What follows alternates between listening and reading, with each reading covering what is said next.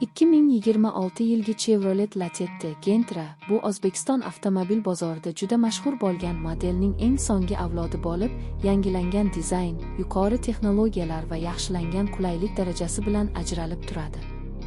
Yangi Lacetti tashqi ko'rinish jihatidan yanada zamonaviy, aerodinamik shakllar, LED faralar va hoshiyali radiator panjarasi bilan avtomobilga premium ko'rinish beradi.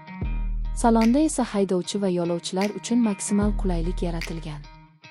Yangi multimedia tizimi 8 dyuymli sensorli ekran bilan jihozlangan bo'lib, Android Auto va Apple CarPlay funksiyalarini qo'llab-quvvatlaydi.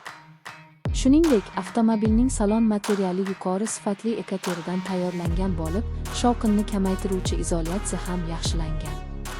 2026 yilgi Gentra 1.5 litrli benzinli dvigatel bilan ta'minlanadi. Bu esa tejamkorlik va kuchning mukammal muvozanatini ta'minlaydi.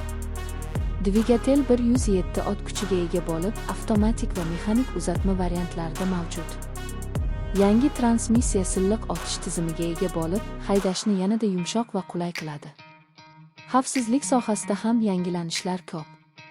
Avtomobil ABS ESP tormoz yordamchisi, orqa kamera va 6 ta xavfsizlik yostiqchasi bilan jihozlangan.